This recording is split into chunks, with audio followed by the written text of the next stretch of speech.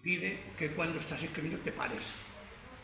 Por ejemplo, impide que el personaje lleve gafas en el primer capítulo y en la acción sigue y ya no la lleva. O que va con una cazadora y luego va con un traje. O habla en diálogo en plan, no sé, plan culto, y luego en el otro se dedica a llevar como un carro de un barrio periférico. ¿Por qué? Porque no has definido el personaje, no lo has diseñado antes. Yo lo que hice, por ejemplo, lo que he hecho siempre, pero lo que hice en la primera novela, la primera de hacerlo, la lógica misma de la narración, me compré unas fichas de estas fichas, las clásicas fichas de estas fichitas antiguas, ¿os acordáis que en una época había fichas? Y entonces ponía el nombre del personaje y decía, tantos años, salió de la academia de policía, ¿quién está? Le han metido en la brigada de atracos, el grupo de atracos de la brigada es lector de Marx. Su libro favorito es Lenin, materialismo y empiricismo de Lenin. Estoy haciendo un chiste, pero tener lo que quiero decir. Sus gustos, la música que escuchan. ¿Por qué? Porque cuando tú estás escribiendo, el personaje, por ejemplo, va persiguiendo a otro en un coche y ¿qué pone? Pues pone a Sarabón. Pero ya lo sé, eso porque ya lo sé antes. De alguna manera yo me he conseguido diseñar el personaje y darle unas características. Y luego, ¿qué pasa? Otro personaje, les doy otro.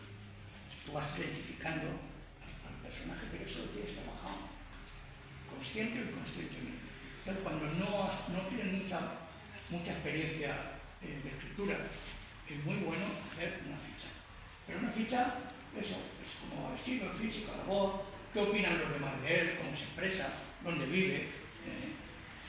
¿Por qué? Porque todo eso te va a servir para que veamos realmente, para que el libro esté vivo, que no sean estereotipos, sino que sean personajes de verdad, personajes con sus contradicciones, y conseguir sobre todo lo fundamental, es la identificación de los lectores con los personajes. Por ejemplo, yo en la primera, en Carne Fresca, ¿qué hice? Yo quería hacer una novela de acción, ni siquiera me preocupé de que fuera más negra o menos negra, pero ¿qué hice? Yo tenía mucha documentación de una red de prostitución infantil que hubo en toda parte de Valencia, que llevaban a niñas de 15 y 17 años a puticlubs, de carretera, y a sitios y a casas cutres, ¿no? Y entonces eso se destapó, detuvieron a los tíos, los juzgaron, y el sumario era espectacular para un escritor. Que claro, no solo es los datos que daba, sino la forma en que estaban redactados los informes, la forma que te... Entonces esa historia fue el inicio yo cuando yo escribo un reportaje sobre esa historia, yo no pienso que va a ser una novela. Pero ¿qué ocurre? Me gusta, digo, bueno, voy a hacer una novela sin monólogos interiores, donde todo es acción y todo se explica mientras los personajes hacen algo. Voy a hacer una novela así. Entonces, voy a renunciar a hablar de su infancia y hacer introspecciones al pasado. Pero voy a hablar de todas esas cosas también. Que no lo haga con ese método no quiere decir que no lo haga. Bueno, entonces, ¿qué hice? Bueno, pues a mí me gusta mucho la novela negra, sobre todo la novela de atracadores y de delincuentes profesionales, delincuentes que viven de una forma profesional el delito. Siempre me ha gustado mucho eso. Pues lo que hice fue coger a un atracador. El argumento es muy sencillo. Un atracador se escapa de la cárcel para liberar a su hermana de una red de prostitución.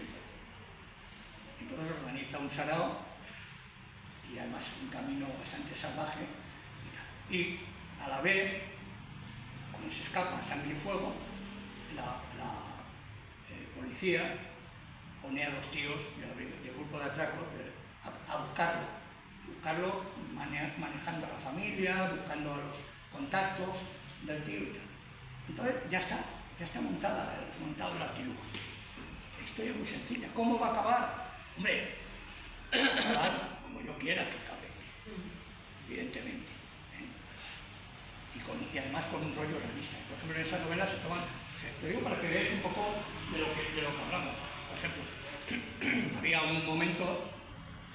momento que el protagonista iba por una carretera conduciendo, iba huyendo hacia Alicante, hacia Alicante y Valencia, huyendo, ha escapado de la cárcel matando a 2 guardias civiles a sangre y fuego, ¿no?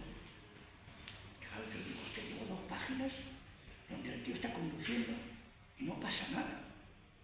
¿No? Digo, no puede ser, no pasa nada, porque recuerda, pim, pam, el paso mientras conduce. Pues ¿qué hago? Fundamental.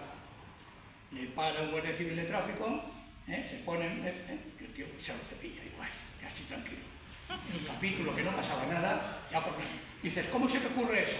Bueno, porque he visto a Luz de Suf, de Gola, no ha visto muchas cosas, ha leído muchos libros, entonces ahí pasa eso también. Dice, joder, pues mira, ahí Belmondo también se carga un poli